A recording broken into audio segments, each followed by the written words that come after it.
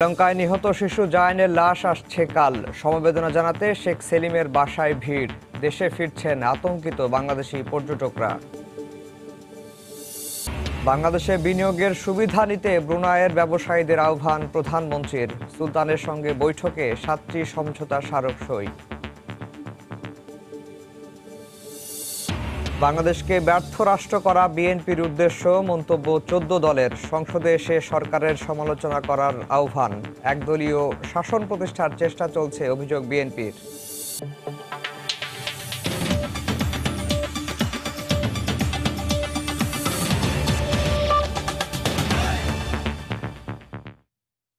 দেখছিলেন শিরোনাম। বাংলার সময়ের সঙ্গে আছি আমি আফজাল হোসেন। বাংলার সময়ে আরো থাকছে। মাওয়ার ইয়ার্ড থেকে জাজিরা প্রান্তে পিলারের কাছে নেওয়া হয়েছে পদ্মা সেতুর 11তম স্প্যান। আজ বসানোর পর দৃশ্যমান হবে 1650 মিটার।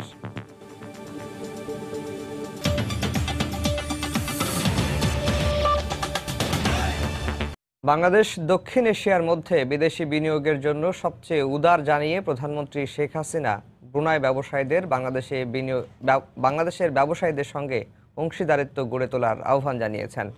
ব্রুনাইয়ে 3 দিনের রাষ্ট্রীয় সফরের দ্বিতীয় দিনে বাংলাদেশ ব্রুনাই বিজনেস ফোরাম আয়োজিত অনুষ্ঠানে একথা বলেন। এ সময় প্রধানমন্ত্রী ব্রুনাইয়ের ব্যবসায়ীদের সামনে বাংলাদেশের অর্থনৈতিক স্থিতিশীলতা এবং ক্রমবর্ধমান বিনিয়োগের চিত্র তুলে ধরেন। এর আগে গতকাল সকালে ব্রুনাইয়ের সুলতান হাসান বলকিয়ার সঙ্গে দ্বিপক্ষীয় বৈঠক করেন প্রধানমন্ত্রী শেখ হাসিনা। বৈঠকে ব্রুনাই ও বাংলাদেশের মধ্যে 7টি সমঝোতা স্মারক সই হয়। ব্রুনাই সফরের দ্বিতীয় দিনে বেশ কিছু রাষ্ট্রীয় কর্মসূচিতে অংশ নেন প্রধানমন্ত্রী শেখ হাসিনা। স্থানীয় সময় সোমবার বিকেলে বাংলাদেশ ব্রুনাই বিজনেস ফোরাম আয়োজিত অনুষ্ঠানে যোগ দেন সরকার প্রধান। এতে প্রধানমন্ত্রীর সফর সঙ্গী হিসেবে এফবিসিসিআই এর নেতা সহ ব্যবসায়ী প্রতিনিধি ও ব্রুনাই চেম্বার অব কমার্সের নেতারা অংশ নেন। অনুষ্ঠানে প্রধানমন্ত্রীর উপস্থিতিতে দুদেশের ব্যবসায়ী পর্যায়ে পেশাগত দক্ষতা উন্নয়ন ও প্রশিক্ষণ সহ 3টি চুক্তি স্বাক্ষর হয়। পরে প্রধানমন্ত্রী তার বক্তব্যে বলেন, বাংলাদেশ এখন স্থিতিশীল বিনিয়োগের জন্য প্রতিযোগিতায় উঠে এসেছে। বাংলাদেশকে দক্ষিণ এশিয়ার সবচেয়ে উদার বৈদেশিক বিনিয়োগ সুবিধাগুলোর মধ্যে অন্যতম বলেও উল্লেখ করেন প্রধানমন্ত্রী। The second largest economy in South Asia and 41st in the world in terms of national GDP, Bangladesh economy is moving on a solid macroeconomic stability, vibrant private sector and increasing trends of trade and investments. তিনি বাংলাদেশের তৈরি পোশাক, জাহাজ শিল্প ও IT খাতে বিনিয়োগের সম্ভাবনার কথা তুলে ধরে ব্রুনাই ব্যবসায়ীদের বাংলাদেশে বিনিয়োগের আহ্বান জানান। We are the second largest ready-made garments exporter in the world next to China. Bangladesh is emerging rapidly as a major global hub for quality medicine. Shipbuilding has drawn global attention by producing world-class ocean-going vessels. Software is yet another promising industry in Bangladesh. এর আগে সোমবার সকালে ব্রুনাইয়ের সুলতান হাসান আল বলকিয়ার সঙ্গে দ্বিপাক্ষিক বৈঠক করেন প্রধানমন্ত্রী শেখ হাসিনা। বৈঠকে দুদেশের মধ্যে কৃষি খাতে বৈজ্ঞানিক সহযোগিতা, জ্বালানি ও সংস্কৃতি খাতে বেশ কিছু সমঝোতা স্মারক সই হয়। এছাড়া দুদেশের কূটনৈতিক ও সরকারি পাসপোর্টধারীদের ভিসা ছাড়া ভ্রমণের বিষয়ে কূটনৈতিক পত্র বিনিময় হয়। ফেরদৌস লিপি, সময় সংবাদ। গতকাল ঐতিহাসিক মুজিবনগর দিবস উপলক্ষে রাজধানীতে আলোচনা সভায় একথা বলেন বক্তারা। বাংলাদেশকে ব্যর্থ রাষ্ট্র পরিণত করতে বিএনপি নানা ষড়যন্ত্র করছে বলেও অভিযোগ করেন তারা। বিএনপি জামাতের এই ষড়যন্ত্রের বিরুদ্ধে আমাদের সবাইকে রুখে দাঁড়াতে হবে। এই অপশক্তিকে রাজনীতি থেকে বিদায় করতে না পারলে বাংলাদেশের সুস্থ রাজনীতি, শান্তি কোন অবস্থাতেই ফিরে আসবে না। তাদের লক্ষ্য হচ্ছে বাংলাদেশকে ব্যর্থ রাষ্ট্র করা। এরা বাংলাদেশে ক্যান্সারের বিষ ফোড়া। যতদিন এই বিষ ফোড়া আমাদের শরীরে থাকবে ততদিন এই বাংলাদেশের উন্নয়ন অগ্রগতি স্বাভাবিকভাবে চলার ক্ষেত্রে বারবার আঘাত আসবে, বারবার হোঁচট খাবে। যারা মনে করেন বিএনপি জামাত রাজনীতির মঞ্চ থেকে বিদায় হলে গণতন্ত্র দুর্বল হয়, তাদের আমি উত্তরে বলতে চাই, গণতন্ত্র দুর্বল হয় না। গণতন্ত্র দুর্বল থাকে যদি জঙ্গি জামাত বিএনপি রাজনীতির মঞ্চে উকি ঝুঁকি মারতে থাকে। সংসদে যোগদান না করার মধ্য দিয়ে যে সামান্যতম যে প্রতিনিধিত্ব তাদের বিরোধী দল হিসেবে রয়েছে সেটারও অবসান ঘটবে, আরো রাজনৈতিক দেউলিয়াত্বের মধ্যে তারা চলে যাবে। বিএনপির বন্ধুদের বলতে চাই, আপনাদের ডেট লাইন 30 তারিখের মধ্যে সিদ্ধান্ত দিতে হবে পার্লামেন্ট আপনি যাবেন কি যাবেন না, না হলে আপনার সংসদ সদস্য থাকবেন, মনে রাখবেন। যদি সাহস থাকে পার্লামেন্টে যে গলা উঁচু করে কথা বলে, পার্লামেন্টে না আসেন আপনাদের আমল যাবে, সারাও যাবে। বেগম জিয়াকে মুক্ত করতে দুর্বার গণ আন্দোলন গড়ে তুলতে নেতাকর্মীদের প্রতি আহ্বান জানিয়েছেন বিএনপির মহাসচিব মির্জা ফখরুল ইসলাম আলমগীর। গতকাল বিকেলে জাতীয় প্রেস ক্লাবে আয়োজিত অনুষ্ঠানে বক্তব্য রাখেন তিনি। মির্জা ফখরুল বলেন, পরিকল্পিতভাবে দেশকে গণতন্ত্রহীন করা হচ্ছে। সুপরিকল্পিত ষড়যন্ত্র চক্রান্তের মধ্য দিয়ে বাংলাদেশকে গণতন্ত্রবিহীন করা হচ্ছে।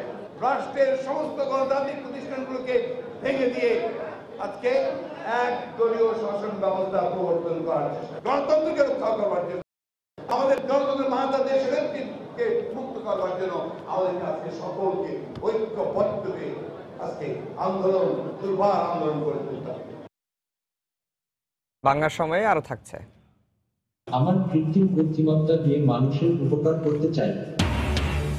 দেশে তৈরি হলো বাংলায় কথা বলতে পারা রোবট লি।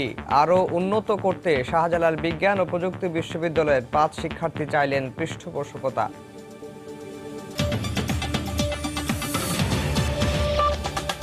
প্রথমবারের মতো 1 মাসের মধ্যে পদ্মা সেতুতে বসতে যাচ্ছে দ্বিতীয় স্প্যান। গতকাল সকালে মাওয়ার ইয়ার্ড থেকে জাজিরা প্রান্তে পিলারের কাছে নিয়ে যাওয়া হয় 11তম স্প্যান। আজ এই স্প্যানটি বসানো হলে দৃশ্যমান হবে 1650 মিটার পদ্মা সেতু। প্রকল্প এলাকা ঘুরে এসে রিপোর্ট করছেন এহসান জুয়েল। প্রস্তুত জাজিরা প্রান্ত। এই প্রান্তে আগে দৃশ্যমান 8টির সঙ্গে যোগ হতে যাচ্ছে আরও একটি স্প্যান। এই জাজিরা প্রান্ত দিয়েই শুরু হয় পদ্মা সেতুর স্প্যান বসানোর কাজ। 34 নম্বর পিলারের উপর আগেই স্প্যান বসানো আছে। এবার 33 নম্বর পিলারের সঙ্গে জোড়া লাগিয়ে বসানো হবে 11 স্প্যান। আনুষঙ্গিক সব আয়োজন সম্পন্ন করে ফেলেছেন প্রকৌশলীরা। তবে হঠাৎ আসা কালবৈশাখী ঝড় এবং স্প্যানবাহী ক্রেন চলাচলে নদীতে নাব্য সংকট তৈরি হওয়ায় জাজিরা প্রান্তে সবশেষ স্প্যানটি বসাতে 2 দিন সময় লেগেছিল। আমাদের টার্গেট কালকে নাও হইতে পারে, পরশু দিনে চলে যেতে পারে। এখানে এত অনেক খুঁটিনাটি জিনিস আছে, হ্যাঁ ধরে নিয়ে ইনশাল্লাহ আমরা কালকেই করবো, এটাই আমাদের টার্গেট। এখন যতই সময় যাচ্ছে এটা দৃশ্যমান হচ্ছে, মানুষ আস্তে আস্তে আরও বেশি আশাবাদী হচ্ছে। এটাই আমাদের পাওয়া, যে ঠিক আছে মানুষের আগে যে কনফিডেন্সটা ছিল না হবে কি হবে না, দিন দিন কনফিডেন্সটা বাড়তেছে। মাওপ্রান্তে স্প্যান বসাতে নদীর পাড় থেকে দূরত্ব বেশি না হওয়ায় যেদিন স্প্যান বসানো হয় সেদিনই এটি ইয়ার্ড থেকে নিয়ে যাওয়া হয়। তবে জাজিরা স্প্যানটি নির্ধারিত পিলারের কাছে নিয়ে যেতে 5 কিলোমিটারের বেশি পথ পাড়ি দিতে হবে বলে সোমবার সকালেই রওনা দিয়েছে স্প্যানবাহী ক্রেন। নদীর 2 প্রান্তে এখন একসঙ্গে বসানো হচ্ছে স্প্যান। সময়ের সাথে সাথে পাল্লা দিয়ে তাই বাড়ছে সেতুর দৈর্ঘ্য। 11 এই স্প্যানটি বসানোর মধ্য দিয়ে আপাতত দৃশ্যমান হচ্ছে 1650 মিটারের সেতু। তবে আসার কথা হলো আগে একটির পর অন্য একটি স্প্যান বসাতে যে দীর্ঘ বিরতি পড়ত সেটি এখন অনেক বেশি কমে এসেছে। এহসান জুয়েল, সময় সংবাদ, জাজিরা, শরীয়তপুর। রাজধানীর বেদখল হওয়া খাল উদ্ধার ও রক্ষণাবেক্ষণের দায়িত্ব নিতে চায় বিআইডব্লিউটিএ। সংস্থাটির দাবি, পানি প্রবাহ নিশ্চিত এবং নদীর সঙ্গে সরাসরি সংযোগ না থাকলে সচল হবে না খালগুলো। ওয়াসা এবং সিটি কর্পোরেশনের তুলনায় জনবল, অভিজ্ঞতা এবং যন্ত্রপাতির সক্ষমতা বিবেচনায় এই উদ্যোগ নিতে চায় তারা। বিষয়টিকে স্বাগত জানিয়ে ঢাকা ওয়াসার মন্তব্য, সাময়িকভাবে নয়, পূর্ণ দায়িত্ব নিতে চাইলে আপত্তি নেই। মিজানুর রহমান খবিরের রিপোর্ট। কয়েক দশক আগেও রাজধানীর বুক চিরে বয়ে যাওয়া 65টি খাল দখল দূষণে হারিয়ে গিয়ে 26টিতে এসে দাঁড়িয়েছে। তবে এগুলোর বেশিরভাগই সুয়ারেজ লাইন হিসেবে ব্যবহৃত হয়, কোথাও বা অস্তিত্ব একেবারেই হারিয়েছে। অভিযোগ রয়েছে খাল থেকে কঠিন বর্জ্য না তুলে কেবল ভাসমান আবর্জনা তোলার কারণে নাব্য থাকে না এগুলোতে। দখলমুক্ত করার নামে সাময়িক উচ্ছেদেও মেলে না কোনো সুফল। বিআইডব্লিউটি এর দাবি, উচ্ছেদ করে পার বাধাই করলে স্থায়ী রূপ পেতে পারে খালগুলো। উদ্ধারের অনেক কথা বলা হয়, কার্যকরী কিন্তু উদ্যোগটা নেওয়া হচ্ছে না। ঢাকা শহরের চারপাশের যে নদীগুলো বিআইডব্লিউটি এর নিয়ন্ত্রণাধীন এবং এই নদীগুলোর সাথেই যেহেতু খালগুলো ঢাকা শহরের অভ্যন্তরে আন্তঃসংযোগ সৃষ্টি করছে, যানজট মুক্ত পরিচ্ছন্ন পরিবেশ সম্মত একটি শহর একটি উপহার দেওয়া সম্ভব যদি এই খালগুলোকে পুনরুদ্ধার করা যায়। আইনি জটিলতা, মালিকানা দ্বন্দ্ব সহ অন্য প্রতিবন্ধকতা দূর করতে বিশেষ উদ্যোগ না নিলে সময়ক্ষেপণ হবে। ঢাকার ভিতরে বিদেশের মতো অনেক ভেনিস বা ব্যাংককের মধ্যে করা হবে। দেখা যাক আমরা যে সহযোগিতা বিআইডব্লিউটিএ দেওয়ার দরকার সেটা আমরা দিব। বিআইডব্লিউটিএ তাদের সবচেয়ে বেশি সংখ্যক ড্রেজার তাদের আছে, এক্সকাভেটর আছে এবং এই ধরনের ইকুইপমেন্ট আমাদের আছে। আমরা কাজ করে যাচ্ছি, আমাদের সক্ষমতা আছে। ঢাকার খালগুলোর বেশিরভাগেরই মালিকানা রাজুক, সিটি কর্পোরেশন, জেলা প্রশাসন সহ কয়েকটি সংস্থার। তবে এগুলো দেখভাল করার দায়িত্ব ঢাকা ওয়াসার। সংস্থাটি চায় একক কোনো কর্তৃপক্ষের হাতে দায়িত্ব হস্তান্তর করতে। যদি মনে করা হয় যে বিআইডব্লিউটিএ মানে সক্ষমতা বেশি, তাহলে বিআইডব্লিউটিএ এটা নিয়ে নিতে পারে সবটা। আংশিক নিয়ে অংশীদারিত্বের মাধ্যমে এই কাজটা সমাধান করা কোনোভাবেই আপনার সুচারুরূপে হচ্ছে না এবং হবেও না। 26টি খালে উন্মুক্ত অংশ রয়েছে মাত্র 72 কিলোমিটার। নৌযান চলাচল উপযোগী করতে গেলে বক্স কালভার্ট অপসারণের প্রয়োজনীয়তার কথাও জানায় বিআইডব্লিউটিএ। মিজানুর রহমান খবির, সময় সংবাদ, ঢাকা। চট্টগ্রামে ছাত্রলীগ নেতা মহিউদ্দিন সোহেল হত্যা মামলার প্রধান আসামি জাবেদ গুলিতে নিহত হয়েছেন। পুলিশের দাবি বন্দুকযুদ্ধে মারা গেছে সে। রাতে নগরীর জাম্বরি ফিল্ড এলাকায় এ ঘটনা ঘটে। পুলিশ জানায় একদল ডাকাতের অবস্থানের খবরে সেখানে অভিযান চালানো হয়। পুলিশের উপস্থিতির টের পেয়ে গুলি ছোড়ে দুর্বৃত্তরা। এতে ডাবলমুরিং থানার ওসি প্রদীপ কুমার দাস গুলিবিদ্ধ হন। পরে পুলিশও পাল্টা গুলি ছুড়লে পালিয়ে যায় তারা। ঘটনাস্থল থেকে জাবেদের গুলিবিদ্ধ লাশ উদ্ধার করে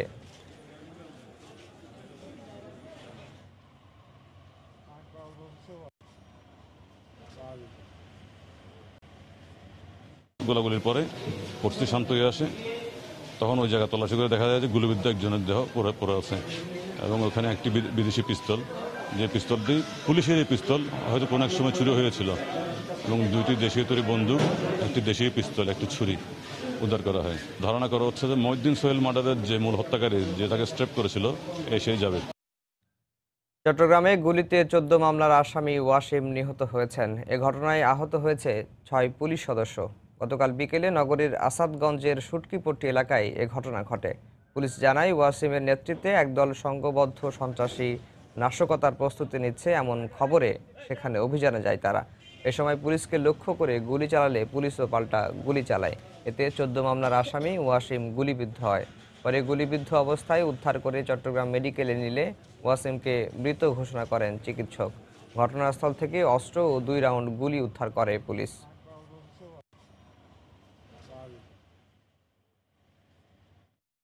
কক্সবাজারে গুলিতে 2 জন নিহত হয়েছে। বিজিবি বলছে বন্দুকযুদ্ধে নিহতরা মাদক ব্যবসায়ী।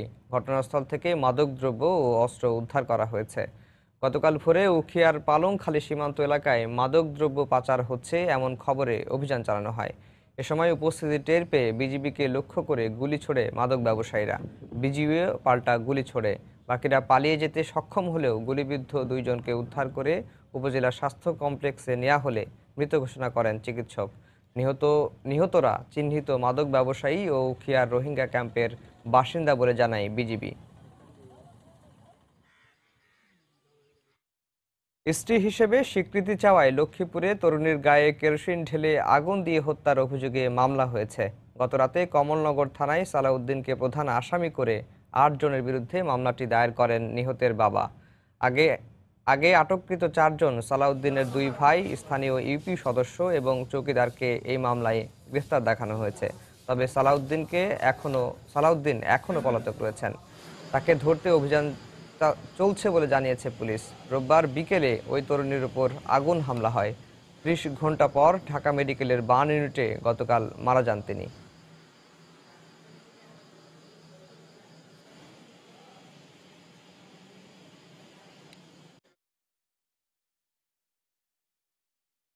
শাহিন আক্তার এখানে কমলাপুর থানায় আসলো কালকে। আসার পরে আমার বাগিনাকে ওই জামাইয়ে কেরাসিন ঢালি দিয়ে মৃত্যুবরণ করেছেন। 4 জন ধর হয়েছে, আমি 1 নম্বর আসামি ধর হয়নি। 1 নম্বর আসামি দৌড়ি আইন নিয়ে বিচার চাই। 4 জন আসামিকে আমরা ইতিমধ্যেই গ্রেপ্তার করতে সক্ষম হয়েছি। আর মূল আসামি সালাউদ্দিনকে ধরার জন্য আমরা তথ্য প্রযুক্তি ব্যবহার করে সকল ধরনের প্রচেষ্টা আমরা গ্রহণ করেছি। ধর্ষণমুক্ত নিরাপদ দেশ চাই, মা বোনদের নিরাপত্তা চায়। এই স্লোগানে মাদ্রাসা ছাত্রী নুসরাত জাহান রাফি হত্যাকাণ্ডে জড়িতদের দ্রুত বিচারের দাবিতে ফেনী সহ দেশের বিভিন্ন স্থানে গতকাল মানববন্ধন হয়েছে। বাংলাদেশ পূজা উদযাপন পরিষদের উদ্যোগে এই কর্মসূচি থেকে নুসরাত হত্যার বিচার চান বিভিন্ন শ্রেণী পেশার মানুষ। দাবি জানান নারী নিরাপত্তার সহ সহিংসতা বন্ধে কঠোর আইন প্রণয়নের। ফেনী সোনাগাজীর মাদ্রাসা ছাত্রী নুসরাত রাফির হত্যাকারীদের কঠোর শাস্তির দাবিতে উত্তাল পুরো দেশ, ধ্বনিত হচ্ছে প্রতিবাদী স্লোগান। কেন্দ্রীয় কর্মসূচির অংশ হিসেবে সোমবার সকালে বাংলাদেশ পূজা উদযাপন পরিষদ জেলা শাখার উদ্যোগে ফেনী শহরের শহীদ মিনারের সামনে মানববন্ধনের আয়োজন করা হয়। এতে অংশ নেন সংগঠনটির নেতাকর্মীরা ছাড়াও বিভিন্ন শ্রেণী পেশার মানুষ। নির্যাতন, দর্শন এগুলা বাড়ছে। ভবিষ্যতে যেহেতু দর্শন নির্যাতন না হয়, প্রশাসনিকভাবে আরো জোরালোভাবে ব্যবস্থা নেওয়ার জন্য নারীর সহিংসতা বন্ধ এবং নুসরাত জাহান রাফিকে যারা নির্মমভাবে আগুনে পুড়িয়ে হত্যা করেছে সবাই এর দৃষ্টান্তমূলক শাস্তি দাবি চাই। আগামীতে কেউ আইনের আশ্রয় চেয়ে অথবা নিরাপত্তা চেয়ে যেন বিধ্বস্ত না হয় অথবা তাকে আর পুড়ে মরতে না হয়। রংপুর প্রেস ক্লাবের সামনেও এই মানববন্ধন কর্মসূচির আয়োজন করা হয়। এ সময় বক্তারা নুসরাত সহ দেশব্যাপী নারী নির্যাতন ও ধর্ষণের ঘটনায় জড়িতদের দৃষ্টান্তমূলক শাস্তির দাবি জানান। নুসরাত জাহান রাফির হত্যার বিচারের দাবিতে প্রতিবাদ অব্যাহত ছিল যশোরেও। কর্মসূচি থেকে নারী নিরাপত্তা সহ সহিংসতা বন্ধে কঠোর আইন প্রণয়নের দাবি জানান বিভিন্ন সামাজিক, সাংস্কৃতিক ও রাজনৈতিক দলের নেতাকর্মী সহ বিভিন্ন শ্রেণী পেশার মানুষ। দিনাজপুরে হিন্দু, বৌদ্ধ, খ্রিস্টান ঐক্য পরিষদ ও বাংলাদেশ পূজা উদযাপন পরিষদ জেলা শাখার ব্যানারে ঘণ্টাব্যাপী মানববন্ধনের আয়োজন করা হয়। বক্তারা অভিযোগ করেন, বিচারহীনতার কারণে অপরাধ করে পার পেয়ে যাওয়ায় নারীর প্রতি সহিংসতা, হত্যা, ধর্ষণের মতো ঘটনা বেড়েই চলছে। এছাড়া নাটোর, মংলা, ঝালকাঠি, পটুয়াখালী সহ দেশের বিভিন্ন স্থানে ফেনী সোনাগাজীর মাদ্রাসা ছাত্রী নুসরাত রাফি হত্যার ঘটনায় জড়িতদের দৃষ্টান্তমূলক শাস্তির দাবিতে মানববন্ধন হয়। ইসমাত জাহান, সময় সংবাদ। নওগাঁয় স্কুল ছাত্রীকে চেতনানাশক ওষুধ খাইয়ে ধর্ষণের চেষ্টার অভিযোগ উঠেছে। অভিযুক্তরা প্রভাবশালী হওয়ায় থানায় মামলা না নেওয়ার অভিযোগ স্বজনদের অভিযোগ, মহাদেবপুর উপজেলার ৭ম শ্রেণীর শিক্ষার্থীকে প্রায়ই উত্ত্যক্ত করত একই এলাকার বখাটে সাইদুর। গতকাল দুপুরে স্কুল থেকে বাড়ি ফেরার পথে মেয়েটিকে জোর করে একটি পরিত্যক্ত কক্ষে নিয়ে যায়। পরে চেতনানাশক ওষুধ খাইয়ে ধর্ষণের চেষ্টা করে সাইদুর ও তার সহযোগীরা। এ সময় মেয়েটি অজ্ঞান হয়ে পড়লে তাকে রেখে পালিয়ে যায় তারা। পরে ওই শিক্ষার্থীকে উদ্ধার করে মহাদেবপুর উপজেলা স্বাস্থ্য কমপ্লেক্সে ভর্তি করা হয়। এ ব্যাপারে নির্যাতিতার পরিবারের পক্ষ থেকে মহাদেবপুর থানায় একটি সাধারণ ডায়েরি করা হয়েছে।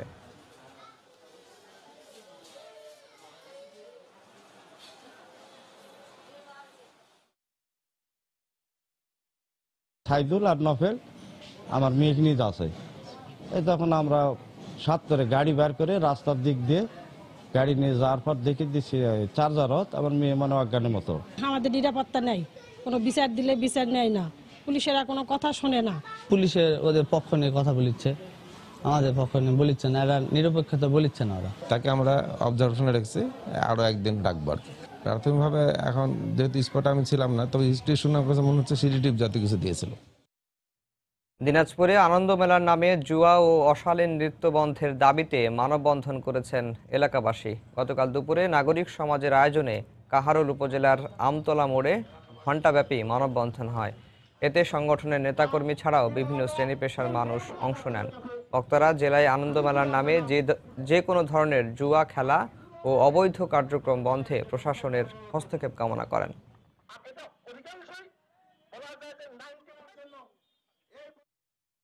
দেশের ৮০% কৃষিভিত্তিক ক্ষুদ্র ও মাঝারি যন্ত্রাংশ বগুড়ার তৈরি হলেও সময়ের সাথে তাল মিলিয়ে টিকতে পারছে না এ শিল্প।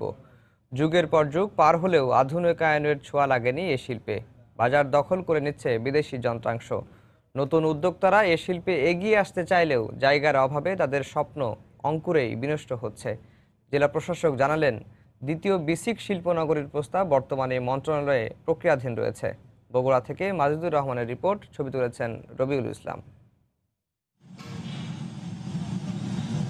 বগুড়া পৌর এলাকার ফুলবাড়িতে 1964 ও 1980 সালে 2 দফায় 33 একর জমিতে গড়ে ওঠে বিসিক শিল্পনগরী। এ শিল্পনগরীর শুরুতে 233টি প্লটের মধ্যে 92টিতে ছোট ও মাঝারি শিল্প প্রতিষ্ঠান গড়ে তোলা হয়। কৃষি যন্ত্রপাতি তৈরি সহ বিভিন্ন কারখানায় প্রতিদিন লাখ লাখ টাকার পণ্য তৈরি হলেও এর উন্নয়নে নেওয়া হয়নি কোনো পদক্ষেপ। জায়গার অভাবে নতুন উদ্যোক্তারাও বিনিয়োগ করতে পারছেন না। এছাড়া নানা সমস্যায় জর্জরিত শিল্প মালিকরাও। সবচেয়ে বড় সমস্যা এখন প্রতিবন্ধকতা হয়ে দাঁড়াইছে জায়গার সংকলন। যদি এক্ষেত্রে সরকার একটু দৃষ্টি দেয় তাহলে আমাদের জন্য, যারা আমরা তরুণ উদ্যোক্তা আছি, তাদের জন্য খুব উপকার হবে। বিদেশ থেকে যা আসে এখানে ট্যাক্স ভ্যাট বেশি, যার কারণে আমরা বিদেশি মালের সাথে টাকা কঠিন হয়ে গেছে।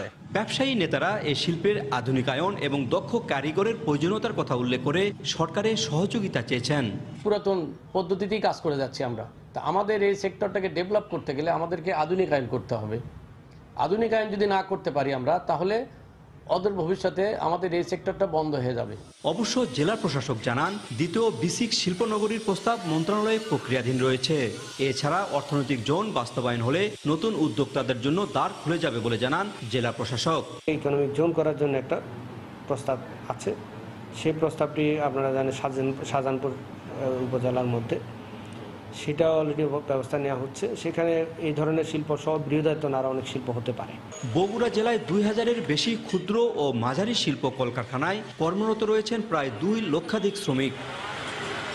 মাজিদুর রহমান, সময় সংবাদ, বগুড়া। বিএনপির বোধোদয় হলে দলটি থেকে নির্বাচিত সংসদ সদস্যরা শপথ নিয়ে গণতন্ত্রের পথকে আরও শক্তিশালী করবেন বলে মন্তব্য করেছেন জাতীয় সংসদের ডেপুটি স্পিকার অ্যাডভোকেট ফজলে রাব্বি মিয়া। গতকাল বিকেলে গাইবান্ধা উপজেলা আওয়ামী লীগের সংবর্ধনা অনুষ্ঠানে একথা বলেন তিনি। বিএনপির 6 জন এমপি সহ বিএনপির ঊর্ধ্বতন নেতৃবৃন্দের সঙ্গে একটি বৈঠক হয়েছে। সেখানে বিএনপির এমপি মহোদয়গণ সংসদে যোগদান করার অভিমত প্রকাশ করেছেন। সেখানে তারা বাধার সম্মুখীন হয়েছে, বিষয়টি তাদের দলীয় ব্যাপার। আমরা আশা করি যে বিএনপির বোধোদয় হবে এবং তারা নিশ্চয়ই তাদের নির্বাচিত সদস্যদেরকে শপথ গ্রহণ করে সংসদে অংশগ্রহণ করার জন্য নিশ্চয়ই তারা মতামত পোষণ করবেন। যন্ত্রমানবের কণ্ঠে বাংলায় মুক্তিযুদ্ধের ইতিহাস বলছি, দেশে তৈরি হিউম্যানয়েড রোবট লির কথা। মানুষের মতো হাঁটতে পারে বাংলায় কথা বলতেও। শাহজালাল বিজ্ঞান ও প্রযুক্তি বিশ্ববিদ্যালয়ের 5 শিক্ষার্থী তৈরি করেছেন রোবটটি। নৌশাদ আহমদ চৌধুরীর ছবিতে আব্দুল আহাদের রিপোর্ট। আমি ভালো আছি, তুমি কেমন? নাম তার লি। বাংলা স্বরবর্ণ থেকে হারিয়ে যাওয়া লি ফিরে এসেছে রোবট হয়ে, যে তার 2টি পা দিয়ে মানুষের মতোই হাঁটতে পারে, কথা বলতে পারে বাংলায়। আমি বাংলাদেশকে ভালোবাসি। জানে স্বাধীনতা, মুক্তিযুদ্ধের ইতিহাস, গাইতে পারে গানও। কোনো কিছু জানতে চাইলে তার উত্তর দেয় সঠিকভাবে। আমার সোনার বাংলা, আমি তোমায় ভালোবাসি। লি বাংলাদেশের তৈরি একমাত্র রোবট যেটা হাঁটতে পারে।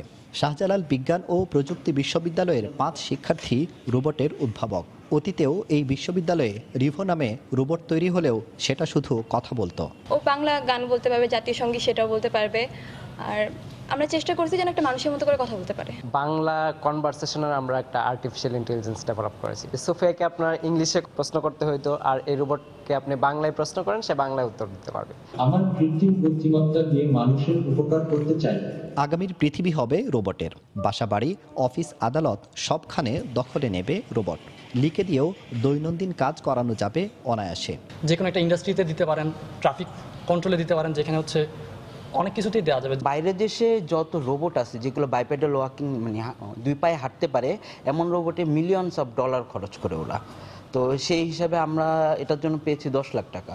আইসিটি মন্ত্রণালয়ের ইনোভেশন ফান্ড অনুদান দিয়েছে রোবট তৈরিতে। আরও সহায়তা পেলে এটিকে বিশ্বমানে নিয়ে যাওয়া সম্ভব।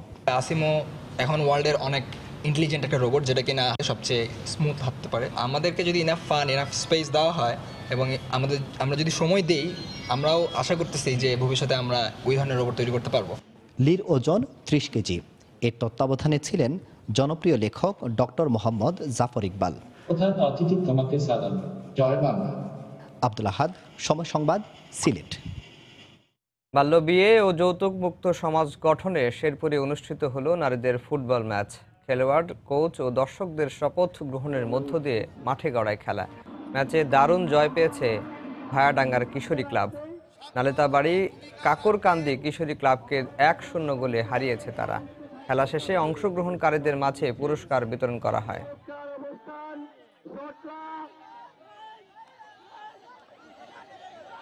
আয়োজন করেছে এবং এর জন্য বাংলা সময়ের শিশু সংবাদ জানিয়ে দিচ্ছি আরেকবার। শ্রীলঙ্কায় নিহত শিশু জায়ানের লাশ আসছে কাল। সমবেদনা জানাতে শেখ সেলিমের বাসায় ভিড়। দেশে ফিরছেন আতঙ্কিত বাংলাদেশি পর্যটকরা। বাংলাদেশে বিনিয়োগের সুবিধা নিতে ব্রুনাইয়ের ব্যবসায়ীদের আহ্বান প্রধানমন্ত্রীর। সুলতানের সঙ্গে বৈঠকে 7টি সমঝোতা স্মারক সই। বাংলাদেশকে ব্যর্থ রাষ্ট্র করা বিএনপির উদ্দেশ্য, মন্তব্য 14 দলের। সংসদে এসে সরকারের সমালোচনা করার আহ্বান। একদলীয় শাসন প্রতিষ্ঠার চেষ্টা চলছে, অভিযোগ বিএনপির। এই ছিল বাংলার সময়ে। যে কোনো খবর পেতে ভিজিট করুন সময়নিউজ.tv। আপনার মোবাইলে সময় সংবাদ দেখতে ও সকল খবর পেতে ডাউনলোড করুন সময় অ্যাপ। সঙ্গে থাকুন সময়ের।